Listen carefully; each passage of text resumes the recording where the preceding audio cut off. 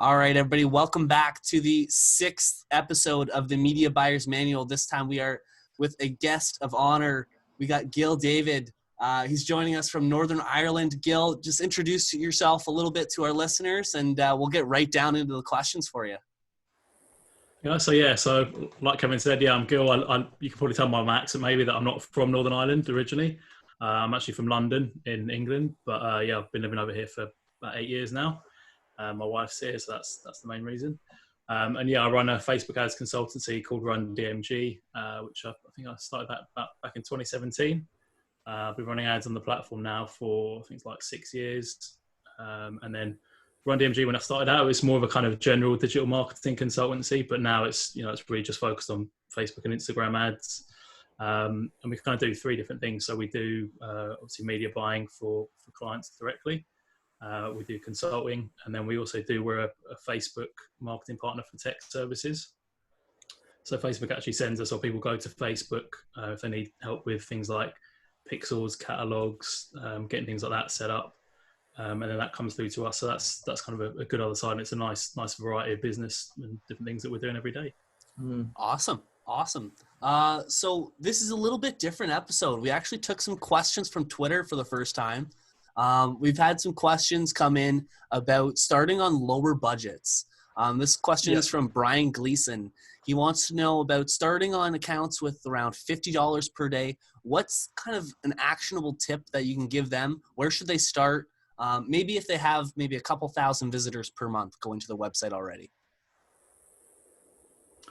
Okay, so yes, so was it about scaling from $50? Yeah, going from $50 and kind of building their way up gradually, I guess. Yeah, so you have to be, I always think you have to be a bit aggressive at that kind of level if you do see some success, because I don't agree with the fact that, people or Facebook's put out that you need 50 conversions a week per ad set to optimize. Mm-hmm. People, if you've been running ads for a while, you remember probably a couple of years ago, they used to say it was 25 or 20. And then they just kind of put it up. Yep. So I personally think, as long as you're trying to get at least 20 conversions per ad set per week, you can start seeing stability then, and even at lower levels than that. So we've got one client and it's a fitness product, and the AOV is like $700, something like that. Mm-hmm. So we're not getting, even 20 conversions necessarily per week in every ad set, but it's, the account's still running at a good return. So it's kind of really focusing on creative, not running too many different ads, because otherwise you're just diluting your spend, and each ad's not going to get enough spend for you to be able to judge them properly. Yep.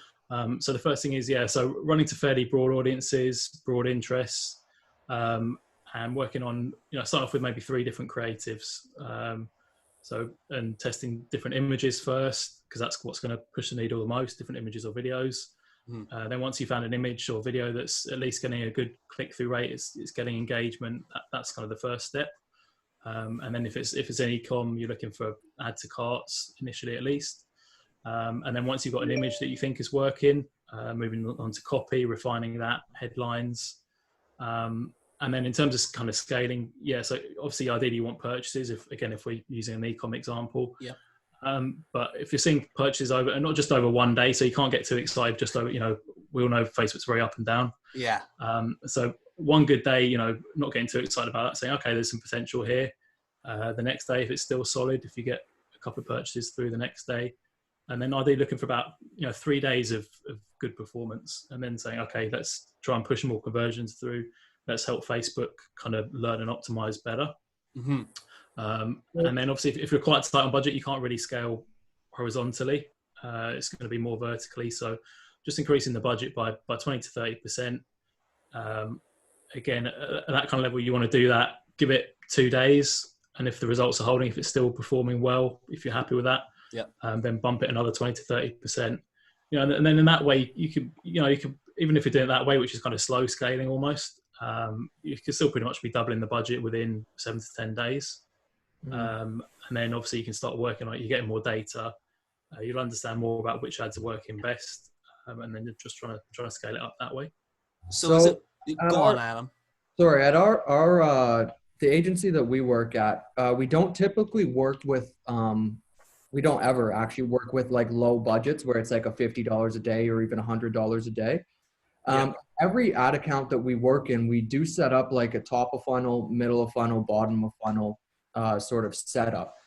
So working with lower budgets, would you still go with that top, middle, and bottom funnel setup? No, I think you have to simplify it, and also you don't have the audiences to retarget. And a lot of people, I see this quite commonly in Facebook ad groups, and people on Twitter maybe saying they're trying to retarget and they're not getting any delivery even for the spend. Yeah. Mm-hmm. And that's because really, you need I think probably about 1,000 plus in an audience for it to deliver much on a conversion objective. Okay. So you can kind of try and get around that by in your retargeting, maybe having it optimized for landing page views or something that isn't, optimized for purchase, because, you just don't have the audience size for Facebook to be able to find delivery with it. Yeah. But just, really simple funnel. So you're going to want to spend the majority of your budget on cold audiences to get them in the funnel. And then if it's say it's $50 a day, that's your budget, then starting off maybe with $5 to $10 on retargeting, just kind of really broad, 30-day view content and add to carts, and just starting off there, having maybe three different DPAs in the ad set, and then just letting it run, seeing which works best, and then you're probably going to be cutting that down to 2 maybe for the time being, and just trying different carousels and different collection ads. Again, if it's e-commerce, assuming that.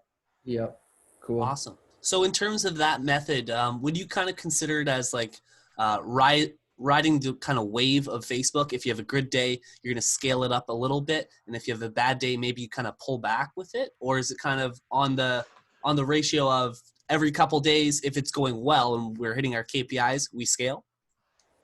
Yeah, I think at lower budgets, you can't get kind of too excited. I think it's only in larger accounts. So I don't know if you guys use kind of the strict method of surfing if you're scaling accounts, or if you're kind of day trading them. But that definitely works better for me, and you've got more room to do it. You've got more of a buffer to do it if you're in a bigger spend account. Mm-hmm.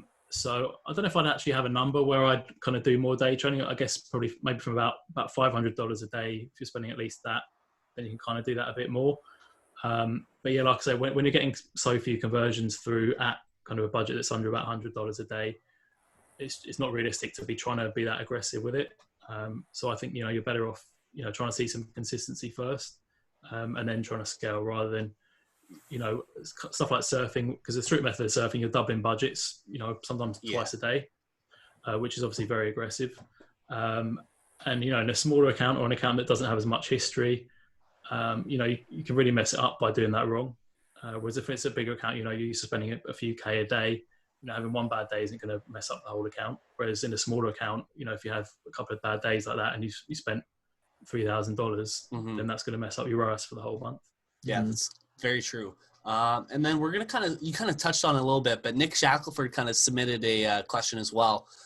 What's kind of your launch structure for new brands and accounts that you work with? And also kind of to add on to that question, what's kind of the first thing that you're looking for when you're going to work with a new client? Is that like creative, good landing pages, and kind of just, I'll let you take it from there, I guess. Yeah, I guess one of the first things I'll ask them is, basic stuff about the business, like what's their AOV? They have an understanding of LTV, and then the website conversion rate, because there's absolutely no point sending traffic to a website that isn't converting. Yeah.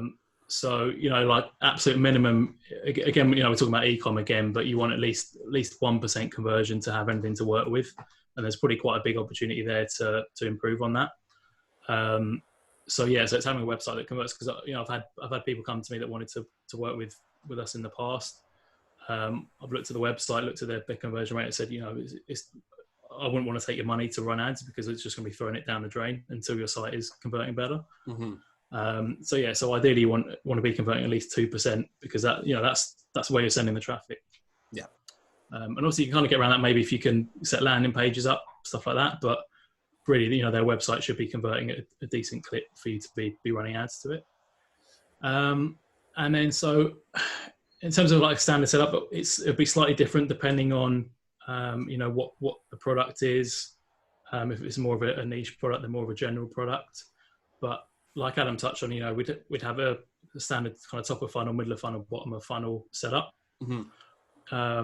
And I think it's interesting. Some people have a different idea of what middle of funnel looks like, or what a bottom of funnel looks like. So for me, my bottom of funnel is strictly people who've added to cart or viewed content in the last 30 days. So I'd have that. I'm starting to use more CBO there, but still ABO a little bit, kind of at that stage. And then middle of funnel for me is anything, any people who've been on the website outside that period, or maybe people who've been on the website and for whatever reason haven't viewed content. Obviously, video viewers are going to be in there, which is something sometimes people forget. Yep. And going broad with that as well, because a lot of people default to 75% video viewers. But sometimes, and especially again, if we're looking at smaller accounts again, you want to start from 25% viewers or maybe even 3-second viewers just to give you that volume in the audience to deliver to.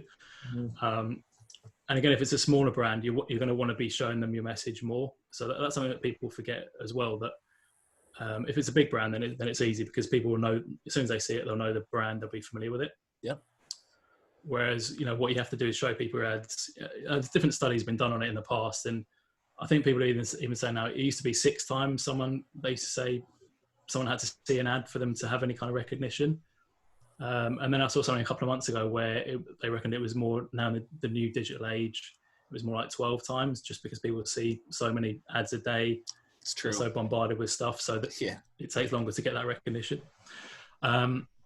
And then, so what else would be in the middle of funnel? So, and then engagers obviously as well. So I was going to ask that.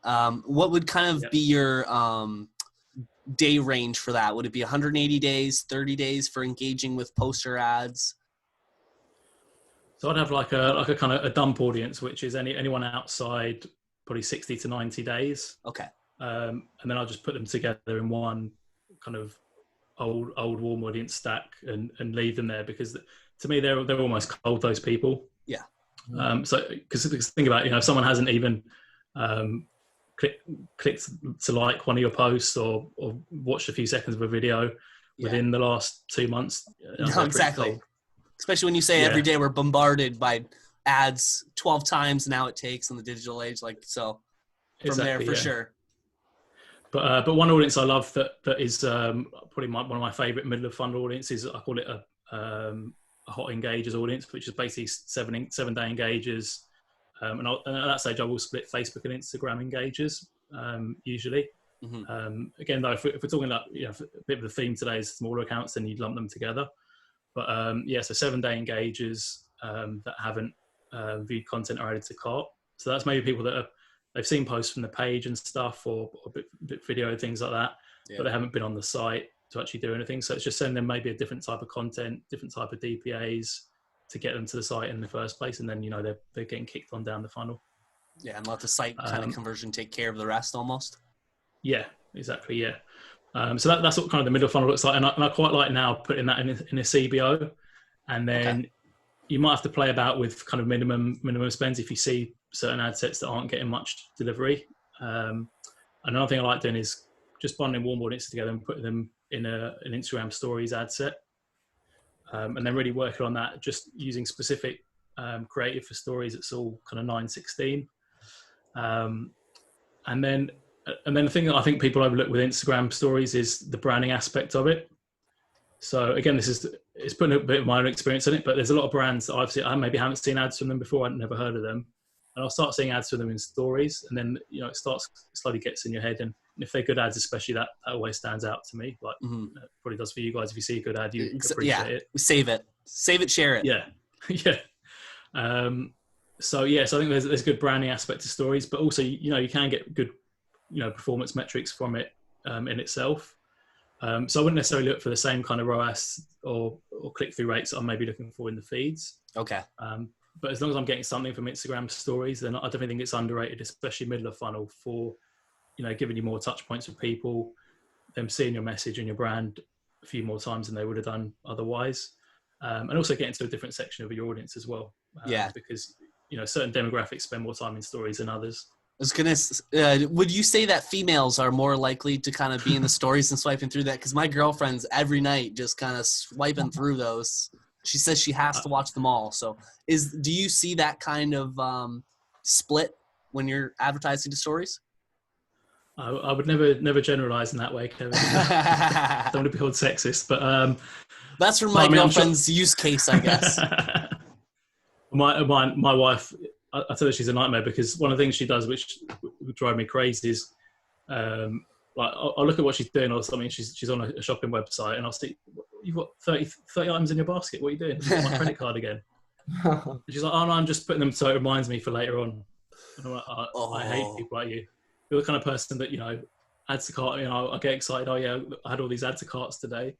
And they never convert. The false hopes. So yeah. So she's probably one of those people where, if you optimize for add to carts, you get a load of add to carts. It hits people like her. Oh, okay. That makes so much sense now. Yeah. So much sense.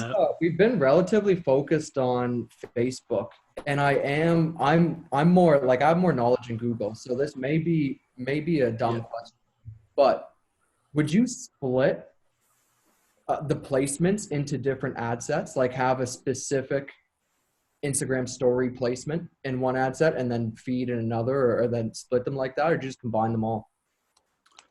So mainly, like a few years ago, I would have split stuff out more, but all placements has worked really well for me probably for the last 18 months. Mm-hmm. And Facebook's just got a lot clever about where it sends budget. So I know people used to have issues with too much budget going to audience network and kind of lower quality, what I call secondary placements. Mm-hmm. But yeah, running all most of the time has worked better for me. But I just see more potential for at least some kind of, there's not massive scale with stories usually, but there is at least some potential there. And you're showing people, like I say, different creative in a different kind of way, you get into different audiences. So stories are something that I'd always try spitting out. And I usually start doing that middle of funnel and showing it to warm audiences. And then, if stuff seems to be working there, then it makes sense to try it to cold audiences as well. And then in testing, testing is probably the only other stage when, I default to editing placements too much, because then I might just be running ads in Instagram and Facebook feeds if I'm testing certain kinds of creative. Mm. But yeah, otherwise, Adam, it's pretty much all placements most of the time now, which is something that's changed, but it shows Facebook, has improved the kind of the way the algorithm works in that way. Yeah, I think we noticed the same thing with Audience Network as well. I hear that it's gotten better than. Like you don't normally get much delivery there, but it's like if you actually look at the breakdown, it's normally really profitable. Yeah. So like there was one account I looked there, and we'd only spent I think a couple of $1,000s over the month, but it was like a 7-8x something like that. So but there's not much you can do with that information though, is there? Because you can't just run ads on audience network. So it's like, okay, that's nice. We'll keep running on all placements, and Facebook's doing its thing. So it's one of those like bits of there's nothing actionable about it, but it's nice to see anyway.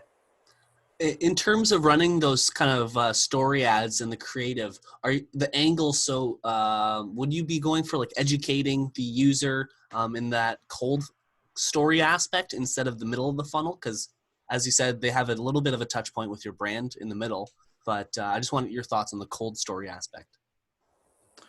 Yeah, sometimes you'll find, you might not think, and this is something, again, I don't know if it's the way Facebook's changed the algorithm and machine learning and stuff like that, but I find overthinking kind of journeys sometimes, especially if it's quite a simple product, you're just overcomplicating it really. So what I normally do is if something works middle of funnel in stories, I'll just run it top of funnel. Okay. And if it works there, great. If not, I'll change it slightly. And then for fashion brands, I know people they say kind of you might want to show people more lifestyle focused stuff, top of funnel, and then you're getting just down to more product focused stuff as they're going down the funnel. So that's something that maybe I'd bear in mind if it's fashion brand, more lifestyle stuff top of funnel, and then more product focused bottom of funnel. Okay. And then in terms of kind of, you alluded to it earlier, going CBO a little bit more, are you still kind of top of funnel doing a lot of ABO or ad set budgeting? Yeah, and then, it's kind of like, because Facebook's obviously shelved mandatory CBO now. Yeah. And I was like, I had most of our accounts, I think we were trying to move them over to CBO or get them ready at least. Yeah, ours as well. Yeah, so I think everyone was doing it, and now some people are all in on CBO, and that's great. But for me, what I find, I think it's the same in all our accounts. A mix of ABO and CBO is what's working best. Mm-hmm. And especially for testing, I just find ABO is just quicker to get results. It seems like CBO is a bit slower to learn. So like if we're testing new audiences, we might test those in ABO, or testing new creatives if we're kind of trying to scale them up, and then move them into CBO because one of the things I do like about CBOs, I think it is more stable now for scaling. So, you know, if you've got stuff that's working, moving it into CBO and then scaling it that way. But yeah, we're still definitely a mix of both in I think all our accounts that we're running ads or that we're consulting. Okay. And then Nick had one more question to his tweet here. Wow. What is your 2 questions? I guess so. There wasn't many, so don't worry. What is your go-to scaling campaign? What apart from the Shack stat? I guess so. Maybe he's just looking for his shout out on the show, right? Exactly. So there's a few different ones. So yeah, so kind of stacks is something that I've run quite a lot in the past, and I think what's good about the Shack stack for anyone listening, the Shack stack is basically, and there's one thing I don't do with it, so it's not quite the authentic Shack stack, but it's basically stacking lookalikes of 30-day add to cart, initiate checkout, and purchases in it, and then you'd have five ad sets in a CBO. So the 1% stack, the 2%, etc. But Nick actually excludes kind of the level below. So like the 5% is excluding the 4% and all that. Oh, okay, nice. I follow now. That's his way of doing it. So so what I've done something similar. I do that, but I just don't exclude them. Do you find there's a lot of audience overlap, or? I really don't worry about audience overlap too much unless I see performance being affected. Okay, that's fair.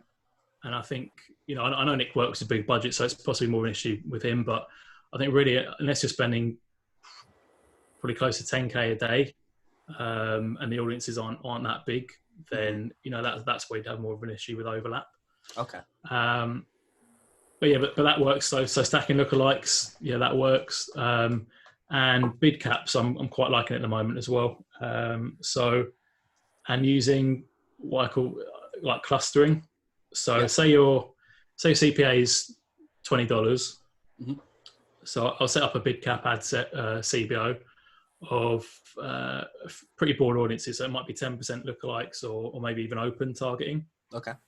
And then the ad set's going to be identical, probably 3 to 6 ads in each one, the same ads. And then the bid cap's so it might be probably starting at $10, $15, $20, $25. And is that 5 ad sets? And then $30 maybe. Yeah. And then and then just letting that run. They won't all get much delivery, but that's worked well for us in I think 3 or 4 accounts for a little while now. And the other thing I know a lot of people are quite hot on the moment is cost cap, which I haven't got to work as well, but I am seeing it work, especially with open audiences.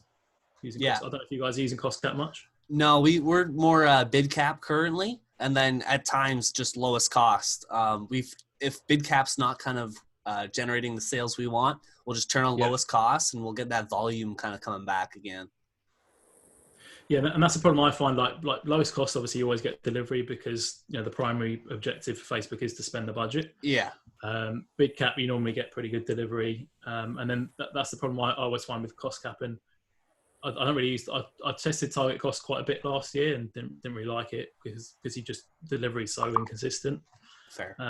And clients don't like that either. Like if you're running ads for an e-com store and they're used to having a certain level of traffic and sales a day, you can't say to them, oh yeah, but we got 5x yesterday, and they're like, yeah, but you only spent $1,000.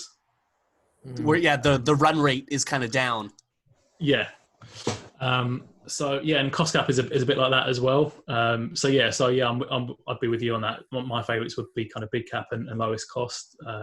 But yeah, you hear so many people saying good things about cost cap that it's definitely worth giving it a try if you've got the budget for it. Yeah, definitely gonna have to look into that a little bit more myself. But like so far, we found just kind of like you have, just kind of struggled to spend and kind of getting there. So, next question though, we're gonna take this internally. I got myself a little cue card. So, what's one habit or mistake that you think media buyers would do better on by eradicating? I think there's 2 extremes maybe. So one is checking your accounts too much and being too active in them. Okay. And then the other one is the extreme opposite of that, where never looking at people, it. the chads that just let her rip, fire it up, and leave it for 2 weeks. Oh God, Lord help those people, and whoever employs them. Oh man. Yeah. So yeah, but I think it's maybe more common, especially for people when they're starting out, or if they're running ads for their own brand. Obviously they're more invested in it, and yeah, they're probably checking it 4 or 5, maybe even more times a day. So I always say to people, the maximum you should be checking it is 2 to 3 times a day, and even some people that I think I was saying to someone on Twitter actually that's about how often I check accounts, more the bigger ones. Mm-hmm. So you always kind of first thing in the morning you want to check your account, see how they've done the day before. Yep. And that's when me and this team, I will say, that's when you should be doing most of your activity, because then that's when it's going to have the most impact for the day. So if you're launching new creatives, exactly, if they haven't been scheduled in, or if you're scaling as well, and that's another way the algorithm's changed, is it's slower to respond to budget increases, I'm finding anyway. Yeah, same than here. Than it was kind of. I really didn't notice this around Black Friday actually. So when we were surfing ad sets, and like in the past it would have gone a bit crazy spending, and that's maybe why Facebook have adjusted. And I think they actually have. I think they said they adjusted, or rep told me they'd adjusted it, because people were seeing, and I haven't heard people moaning about it now, which is a good thing that they've done, obviously. But seeing spending spikes in CBOs, especially early in the morning. Yes. So did you you probably used to get them occasionally as well? Yeah. Oh, we still do sometimes. So like we have one client where right now we're actually running CBO against ABO, and we're also running standard against custom events. So some mornings, oh my Lanta, we're waking up and the CBOs just spent like $300 or like around there, just because the cost was so high from the previous day. But usually on other account or other kind of ad sets and audiences, that's going to be steadily spent throughout the day. Yeah. So it's just like we found that recently. I'm just like, oh my God, like I'm just going out at night now, just changing everything down again. So rules, don't believe in them anymore. But yeah, I used to see that quite a lot of people complaining about that happening quite regularly last year, and when CBO first came out. Mm-hmm. And especially if you use, I don't know if you use rules much in your accounts, but we normally use rules in most of our accounts. And the only thing is that, if it blows through spend early in the morning, triggers a load of rules, then basically that's the day done, which is, I don't mind that. If it's a bad day, I do think you're better off, cutting spend and saving it for the next day. Yeah. But yeah, so they've definitely done something with the pacing of how CBO spends. So, you said you're noticing occasionally, but it definitely doesn't seem as drastic happening as often as it used to. Yeah. Yeah. But yeah, it's something to bear in mind if you are trying to scale, that it's not going to spend as much of the budget as maybe it would have done in the past. But it's like it's going to spend it in a more responsible way, if you like. So it's probably better. Yeah, I guess you can't really complain about that. It's being more responsible with your money. So, and then in terms of kind of some quick questions here, if you were to pick 2 out of 3 things to start a brand with, would you go with an engaged email list of 5,000 people, unique product market fit, so you got a unique positioning within the marketplace, or amazing creative? What are the 2 out of 3 that you're going to choose? And is it an easy option for you? Good question. Yeah, I suppose it's not maybe that hard for me, but yeah, I'd go with the second 2. So the product market fit, I think that's probably the most important one. Mm-hmm. And then the creative, because I think, as we all know, creative is more important now than it ever has been. Yeah. And especially with the way that open targeting works, the only variable you've really got there is the creative. Mm-hmm. And there's still a big place for testing different audiences, testing interests, flipping the expanded targeting option on, stacking lookalikes. Apart from that, but yeah, creative is what's going to push the needle more than anything else. So it would be those 2, yeah. Okay. And then in terms of your creative testing, how often are you doing testing? And do you have specific days? Because we prefer not to test on a Friday, because weekend, maybe people won't be as attentive to it. But at the same time, what are your kind of preferred days, and how often are you testing? I only test on Mondays and Thursdays. Okay. No, I'm joking. I was gonna say, I'm like, all right. I've never heard someone be so structured there. Yeah. I wouldn't launch new tests on a Friday, because I agree, and weekends are quite quite variable. So it might just be and a lot of accounts, weekends either really good or bad. There's not too much in the middle sometimes. Fair. So yeah, so like you, I would try and avoid launching new testing unless we had to for some reason on a Friday. But yeah, otherwise, yeah, I wouldn't launch it on a Friday, Saturday, Sunday. Any other day, I wouldn't mind. I'd be happy launching testing. And then, depending on what kind of creative we've got, I tend to use dynamic creative, and choosing either the actual creative itself or the copy to test. So creative, you get 10 different images or videos you can put in. So just running one headline, one ad copy version. All those variables, there's only one, and then just the 10 different images or videos, and then you know exactly what's pushing the needle there. The problem you get with that, like you've seen, if you run dynamic creative, is that Facebook, there's probably some versions of it that Facebook only send a couple of dollars to over a week, which is annoying. But then it just means you kind of have to dupe it, take the ones that it's been sending the budget to out, and making sure that each one gets a good test. And then the other way, so is if you're testing copy, just running one or maybe two images or videos just to give a bit of variety there, and then running the full 5 variants that you get for copy. Or if you're testing headline, you could some people test headlines, they go down to that kind of level. So 5 different headlines that you can run as well. Awesome. And then and then I think you said how often was I testing it? So yes, I always try and be testing at least something new, pretty much all the time in accounts. Just so there's always, it makes me, I can sleep better at night knowing that there's, if all the top of funnel ads go to crap, then there's something, that we've tested that, has some kind of potential to put it into the live ad set. Proactively making yourself a little bit easier and going to sleep. Definitely. Yeah. And just being a Liverpool fan as well helps me sleep better as well. Oh God, you had to bring that in with 2 minutes left. I've got a question for you actually, Kevin. So why Everton?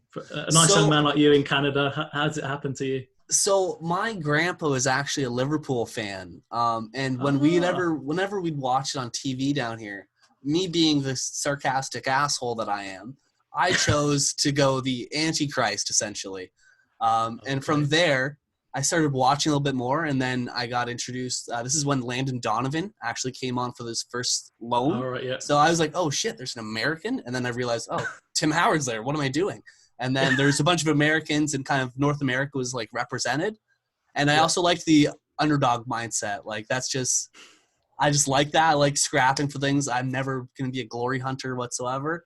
So I just said, fuck it, let's go with Everton. And it's starting to trend up. It was a hard first 8 years, but like now we're actually got something. I don't know. We have a manager of some sorts and a little bit of cash. Yep. Again, like one of my best friends is an Everton fan as well, and he used to be a season ticket holder as well.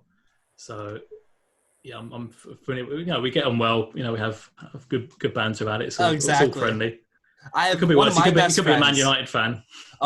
So I have one of my best friends is a Liverpool fan. Another is somehow a City fan. Plastic. Okay. Is he quite new to soccer? Yeah, he is. FIFA was his introduction, unfortunately. Okay. But yeah, says it all. That's where we're at. We're at Everton right here. I have a banner actually over there, one of the scarves. Gonna make it over to Goodison eventually. I got a banner up there, England, the Yorkshire flag. That's where my dad's actually from England. Oh, cool. And then Everton little scarf over there. I can't pin that thing on the wall. I don't want to hurt it, And your walls are blue as well. Oh, exactly. I just had to go with it. And then the microphone's blue. We're going. Dive deep. All right, we got one question to finish it off with. Right. If you had to get rid of one social media platform to stop advertising on, what would it be? Just ads or organic as well? Both. If it was just ads, then I'd say Twitter, because I think ads on Twitter are pretty rubbish. Yeah, agreed. People always say to me, "Oh, do you think it's worth trying Twitter? Diversifying all that." Nah. No, yeah, we've never had success there. We've spent probably like 5,000 to 10,000 there, and like the link clicks were like, "Oh my god, it's so cheap," but then the traffic was there for also a whopping 1 second. So, wow. Yeah, it wasn't doing too hot. But obviously, organically, I love Twitter. That's how we met and connected, and loads of other great marketers that I know, and I'm privileged to call them friends. So in terms of ads, Twitter as a general platform, I know what I'll say. It might be controversial. TikTok. Oh yeah, I can't stand some of the videos. It's so annoying. No. And I'm like closer, I would say, to the demographic. I look like I'm 12, but at the same time, I can't stand it. When it first came out, there was kind of a novelty, but now I've seen so many like videos of teenage girls dancing or dancing with their dads. Yeah. I don't know how people even find it entertaining anymore. And there are some really funny ones and really clever ones, and that's cool. Yeah, I like that about it. But yeah, just too many dancing videos to the same 3 songs, it seems. No, I feel maybe that's me being old, but hey, don't worry, I'm with you on that one. Adam, do you have a preference for what you would drop? I've never seen Twitter work well, and the other one where we get torn apart on is Reddit. Reddit I can imagine. Yeah, it's such a hit or miss of whether or not the audience reaction is going to be good. That's fair. But you can get good results on it. I haven't run ads on it myself, but I've heard you can get good results from it if you get it right, obviously. Exactly. Really good results. You just have to be very careful about speaking the language of whatever subreddit you're in. Fair. Don't look like an ad. Don't be trying to sell them, and it hopefully will work. But yeah, if you're like doing a classic, even like if you're just trying to put a Facebook ad on Reddit, you'll get torn apart by the people there, especially in like any sort of like financial world. Fair. Yeah.